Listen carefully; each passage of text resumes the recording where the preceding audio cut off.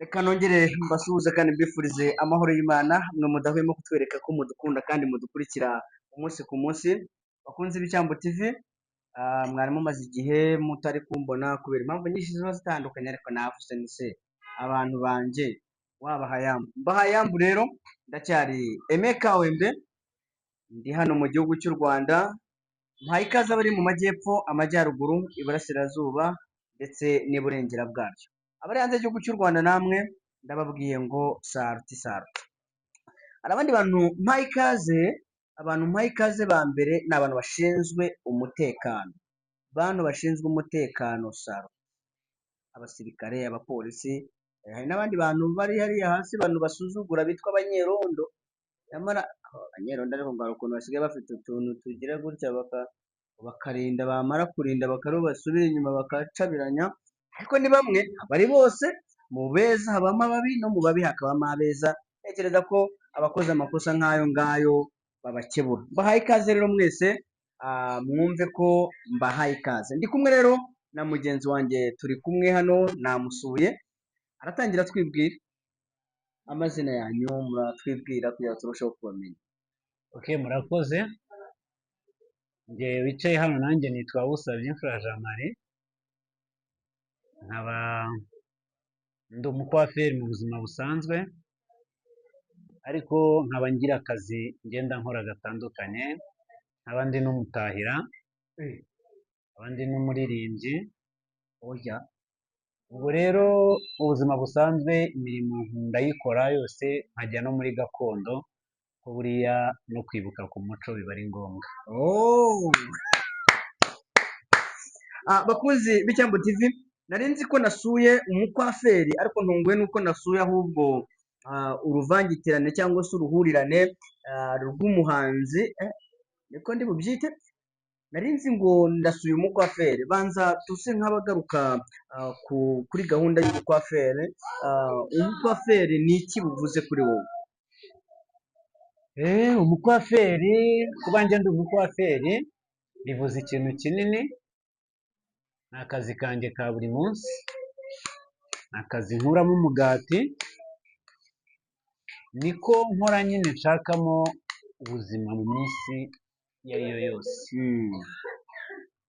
Akazi rero k'igikwaferi ni akazi keza, akazi kajyanye n'ubwiza, gutunganya imisatsi y'abadamu, gukora inzara, gusiga mekapu. Kuriya rero abagore igihe cyose muba mubona bakeye, baba baciye mu maboko yacu, tukabigiramo uruhare kugira ngo babe beza. Ntekereza ko uyu munsi wa none umwuga wo gutunganya imisatsi, inzara n'ubwiza ari umurimo ugenda, navuga ngo usa nk'utera imbere, usa nk'ugenda uzamuka umunsi ku munsi. Ahangaha duherereye harya ni hehe?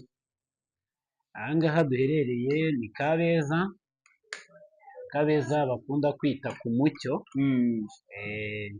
Niho twe dukorera. Iyi salo yanyu yitwa ngo iki? Iyi salo yitwa Lisa Beauty Salon, ikaba ariyo salo dukoreramo hano ku Mucyo. Bakunze b'icyambo TV rero, turi ku Mucyo rero, ahazwi nka Kabeza ku Mucyo. Navuga ngo ni ahantu hazwi cyane, ahantu hose waba uherereye kumenya ahangaha biroroshye.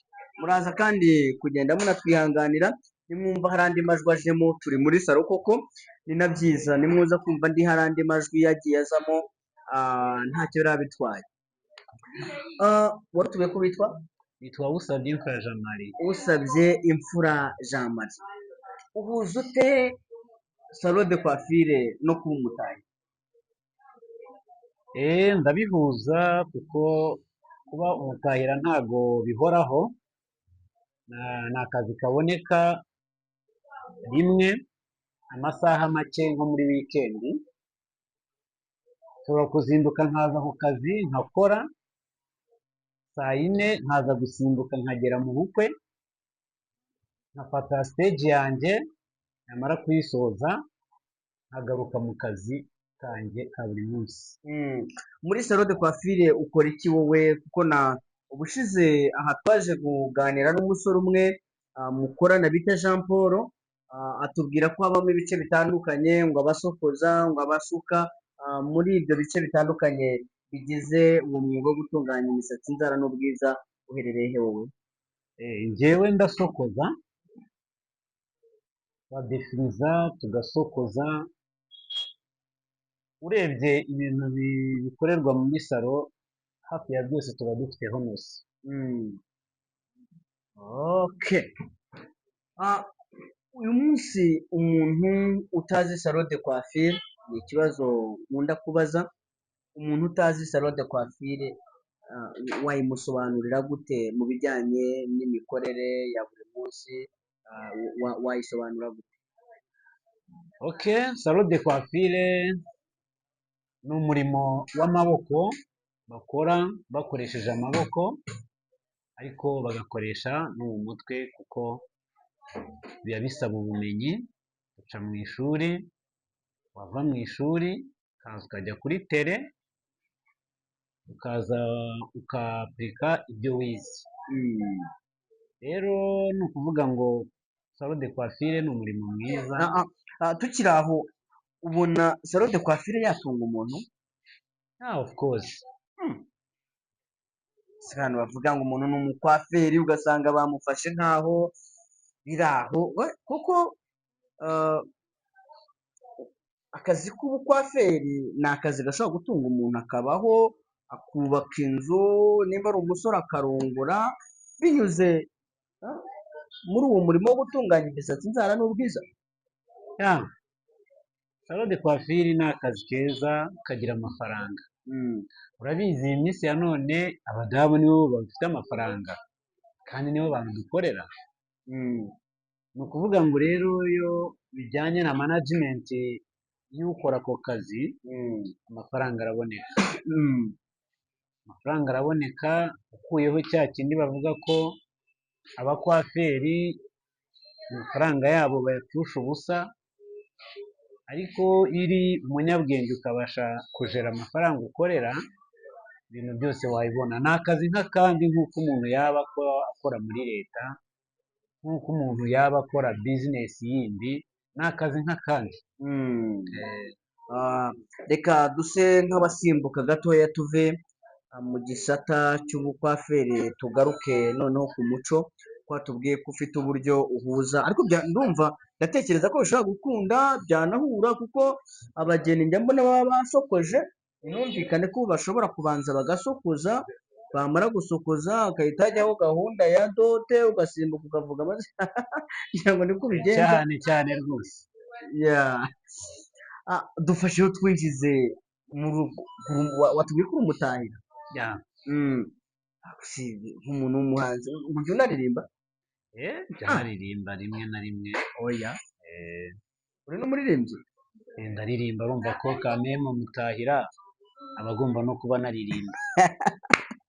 Bakunzi b'Icyambu TV, uyu ni umukwaferi, ni umuhanzi, ni umutahira, wasanga unacuranga? Najyaga mbigerageza ariko bitewe n'umwanya ntabwo nabaye mbihagaritse. Ntabwo kibikora. Dufasheho ubanze dushyireho mu mvuga y'ubu babyita ngo ni agapera, akaririmbo kamwe kagufi twumve, kuko nimba nako se gusohora umugeni, nako akaririmbo ugiye kuturirimbira nako. Naririmba akaririmbo k'inka. Akaririmbo k'inka? Indirimbo zinjizaga inka. Indirimbo amatahira baririmbaga bacyuye inka, cyangwa se mu gitaramo abantu babaga bataramye bakaririmbira inka.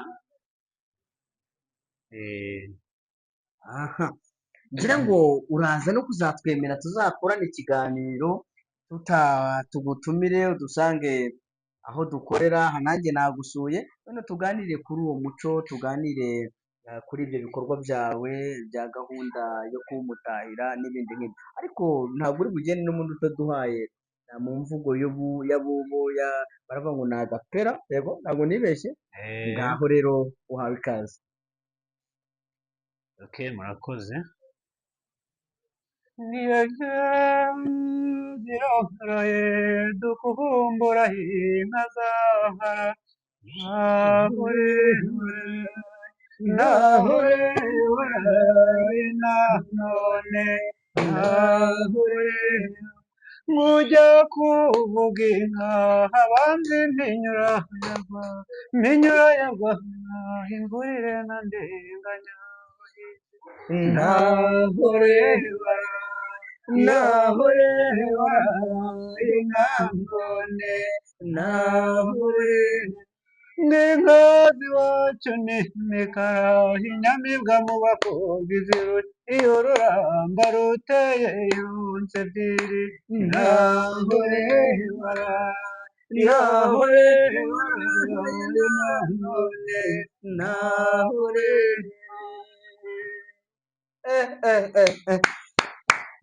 amashyi menshi cyane, uri umuhanga, ufite ijwi ryiza. Hari undi muntu wigeze kubwira ufite ijwi ryiza?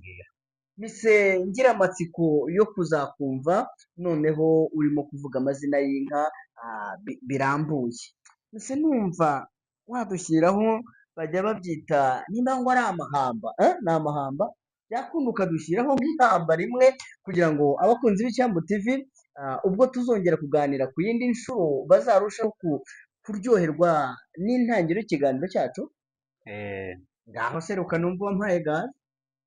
ngwino rutagomerwa n'ibigori ibigondo bihinduye by'akagarama nyamashara ya rushoza ntirusumba mukungu ndak'inka zishize umwanda kirazira yaba ngwino mungu ni ikirucangira ugambuza ingabo kwa midende n'ubona mugeni wa mugenge n'uwazikuye ngwino twigire kabaza hamwe z'inyana amahembe za nyina zigahutura amasonga nyarugaragara yumvise urugamba inkuba y'inzengamiro ikaba ingaragaza biguye mu rubumba yafashe akana ko mu ruhinga ihindana igisuri mu gitondo ihindana imyugariro bene inka bariyagaye bene intimba baranga bashenguka imba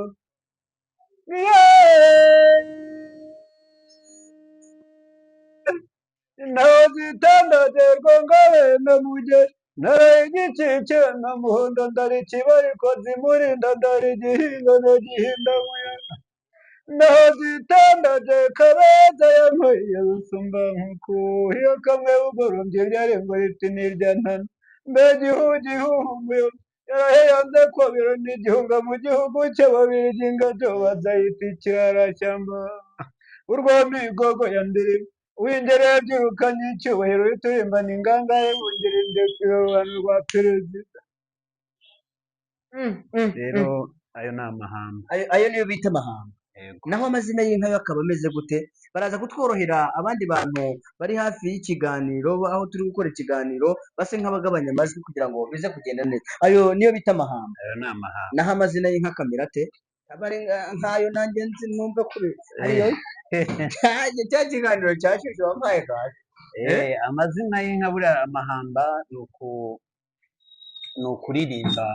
ukuririmbira inka, ariko amazina y'inka nayo zihabwa igihe inka ziba zimaze kubyara.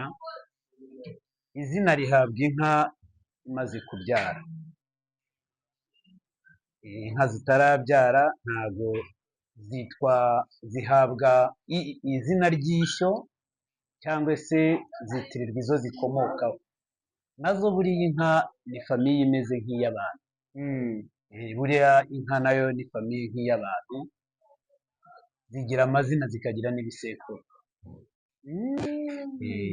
Ariko amazina agahabwa inka yabyaye, ikibyara iyo bita uburiza, ubwo ni inyana ya mbere. Iyo ujya wumva bavuga ngo ni amariza cyangwa ngo ni iriza rya sine, ni iriza rya gaju. Iriza rero ni inka ivuka mbere, igafata iryo zina rero kuko ari iba yabyawe bwa mbere, nk'uko ku bantu bita umwana ngo ni imfura. noneho warutubwiye ku mahamba twumva nini biba biryoshye noneho amazina yo nsa nk'uvuga nubwo wavuga izina rimwe twumve itandukaniro ry'amahamba n'izina biba bimeze gute. Itandukaniro ry'amahamba, amahamba barayaririmba ariko amazina y'inka ni ukubyinirira. Ni nk'imitoma wampaye gaje turi Nyakayaga, ni ukuvuga ngo amazina ni nk'uko watera umuntu imitoma ari kuvuga. Okay, ngaho dufashe udushyiremo nk'izina ry'inka twumve uburyohe bwaryo uko riba rimeze. Okay.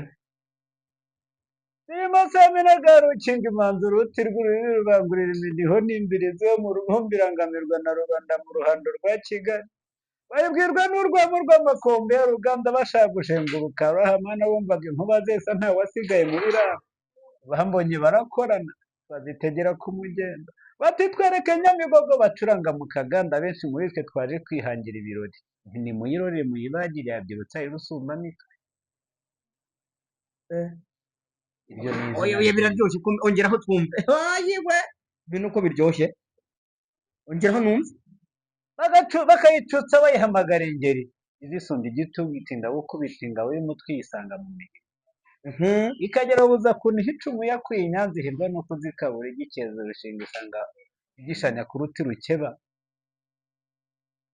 Ihamiriza ry'inkunga n'indatirwa abahizi ikaba ingeri rwagitinywa n'iruhanga n'uzana uruhanga rwayo ruhamburiza mu ngabo ikaba ingeri iya mwiza iya rusumbiriza inkubito iya rutakariza ngabo rwa nshengero inkinda n'indatirwa y'abahizi bayibwirwa n'urwamo rw'amakombe ikaba rugeneza y'inkindi ni iya musinga n'ikararangondo bayibwirwa n'urwamo rw'amakombe ya Ruganzu. Amashyi kandi reka numvuge ngo guma guma guma guma. Uyu si umukwaferi ni hatari mama wiro. Uraza uraho Bluetooth umwitabe.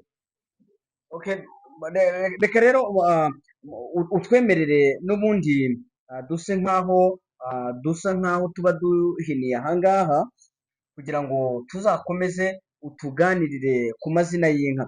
Mbibutse ko ahangaha duherera ari ku Mucyo muri Elisa Beauty Salon, iherereye ku Mucyo rero Kabeza. Tuba twarabasuye ariko biba ngombwa ko twongera turanagaruka kugira ngo turusheho kunoza umubano wacu nabo. Tuhasanze rero umusore twari tuzi ko ari umukwaferi gusa ariko ni n'umutahira. Ushobora kuba uri gutegura ibirori aragusokoza, yamara kugusokoza akagukurikirana akaba aragusohoye uri umugeni, akaba avuze amazina y'inka, yamara kuvuga amazina y'inka akaba abaye musa, ibyo byose ni ibyawe. Bakunze b'icyambo TV rero ushobora kuba urimo uvuga uti mfite ubukwe ariko noneho nkeneye umuntu wazansokoza, yamara kunsokoza